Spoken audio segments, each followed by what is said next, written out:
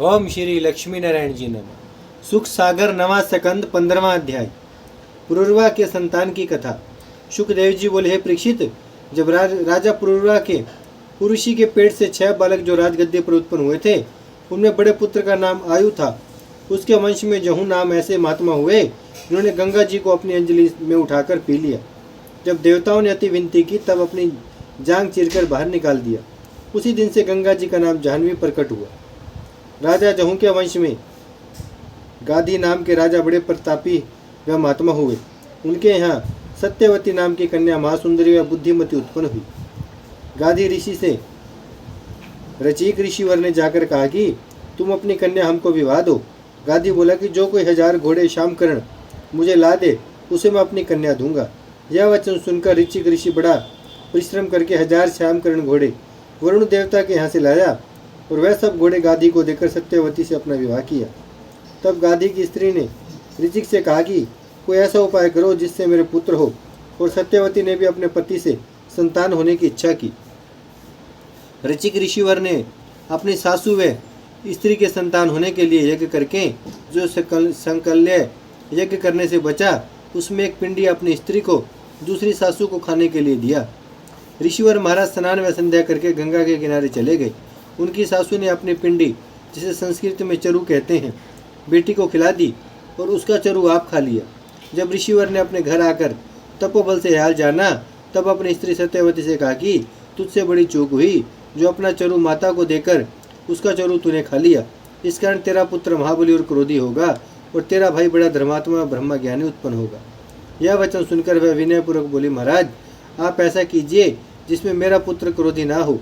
तब ऋषिवर ने दूसरा मंत्र पढ़कर अपनी स्त्री से कहा कि तू धैर्य रख, तुझसे ज्ञानी व धर्मात्मा बेटा होगा, पोता तेरा महाबली व बड़ा क्रोधी होगा। सो सत्यवती से जमदग्नि ऋषिवर बड़े महात्मा हुए। उनकी रेणुका नाम की स्त्री से 4 पुत्र उत्पन्न हुए। उन चारों में सबसे छोटा परशुराम जी ईश्वर का अवतार थे, जिन्होंने पापी व धर्मी क्षत्रियों को 21 बार मारकर उनके कुल का नाश किया।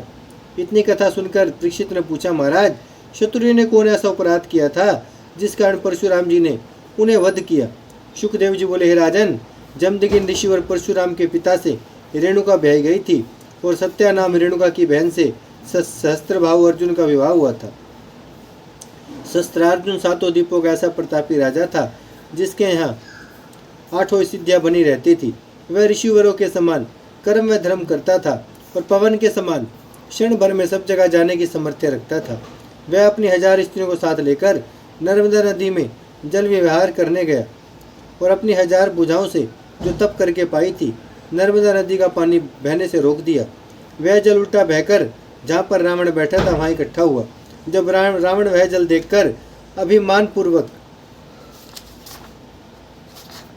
सहस्त्रार्जुन से लड़ने आया, तब सहस्त्रबाहु ने अपने बल से रावण को पकड़ लिया और उसे अपने मकान पर ले जाकर कभी कभी उसके 10 मस्तकों पर दीपक जलाकर सब स्त्रियों व लड़कों को दिखलाया करता था। जब रावण ने बहुत विनती करके उसे अपना मालिक जाना, तब सहस्त्रबाहु ने उसको छोड़ दिया। इस तरह की समर्थ्या उसमें थी। एक दिन रेणुका अपनी बहन सत्या के यहाँ गई और रेणुका ने अपनी बहन से कहा कि एक बार तुम भी हमारे यहाँ आओ। सत्या अभिमान से बोली कि तुम कंगाल ऋषिवर की स्त्री होकर हमारी सेना को कहाँ से खिलाओगी? यह बात सुनकर रेणुका लज्जा से कुछ नहीं बोली। जब स्थान पर आई तब उसने अपने स्वामी जमदग्नि से कहा कि एक बार मेरी बहन को सेना समेत बुलाकर मेहमानी करो तो मेरी लज्जा छूटे। सत्या ने मुझे ऐसा ताना मारा है। जमदग्नि बोले कि परमेश्वर की दया से मेहमानी करना कुछ कठिन नहीं है। नारायण जी तेरी इच्छा पूर्ण करेंगे। एक दिन राजा सहस्त्रबाहु और अहिर खेलता हुआ उसी वन में जहाँ पर जमदग्नि ऋषिवर की कुटी थी, सेना समेत आ पहुँचा। उन दिनों कामधेनु गाय ऋषिवर के स्थान पर थी। जब जमदग्नि ने स्त्री के कहने से सहस्त्रार्जुन और 17 अक्षोणी दल को जो उसके साथ था नेवता देकर कामधेनु के प्रताप से इच्छापूर्वक भोजन कराया, तब सहस्त्रबाहु ने मन में विचारा कि जमदग्नि ने जिस कामधेनु के प्रताप से लाखों मनुष्यों को ऐसा पदार्थ भोजन कराए हैं, वह गाय परमेश्वर से लेना चाहिए। वह गाय ऋषिवर से लेना चाहिए। ऐसा विचार कर राजा ने जमदग्नि से कहा कि ऐसी गौ ऋषिवर को रखना न चाहिए। यह गाय राजाओं के घर रहने योग्य है, इसलिए तुम कामधेनु गौ को हमको दे दो। जमदगिन ने उत्तर दिया कि हे राजन, यह गौ मेरी नहीं है, मैं इसको देवलोक से मांग लाया हूँ, फिर वहाँ पहुँचा दूंगा, इस कारण तुमको नहीं दे सकता। यह वचन सुनते ही सहस्त्रार्जुन ने क्रोधित होकर जब अधर्म की राह गो छीन ली और अपने देश को ले चला, तब कामधेनु भागकर जमदगिन के पास चली आई और रुदन करके बोली, हे ऋषिवर, मेरा क्या अपराध है जो तुमने मुझे राजा को दे दिया। जमदगिन ने आंसू भरकर कहा कि हे कामधेनु, तुझे राजा बरजोरी ले जाता है, मैं क्या करूं। यह बात सुनकर कामधेनु ने 10,000 शूरवीर अपने अंग से उत्पन्न किए। जब उन वीरों ने राजा का सामना किया, तब सहस्त्रार्जुन अपने बल से उन्हें लड़ाई में जीतकर कामधेनु को छीन ले गया।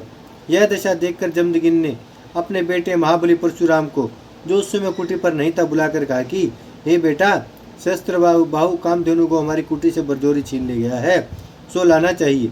यह वचन सुनकर परशुराम जी महाक्रोधित होकर अकेले महिष्मतिपुरी में चले गए और अपनी भुजाओं की समर्थ्य से राजा शस्त्रबाहु को, उसके 900 बेटे व 17 अक्षोणी सेना समेत मारकर कामधेनु को अपने पिता के पास ले आए। तब जमदगिन ऋषिवर ने उदास होकर परशुराम जी से कहा कि हे बेटा, तुमने चक्रवर्ती राजा को मारा है, इसलिए शास्त्रानुसार तुमको दोष लगा, सो तुम 1 वर्ष तक पृथ्वी परिक्रमा व तीर्थ यात्रा कराओ, तब तुम्हारा अपराध छूटेगा।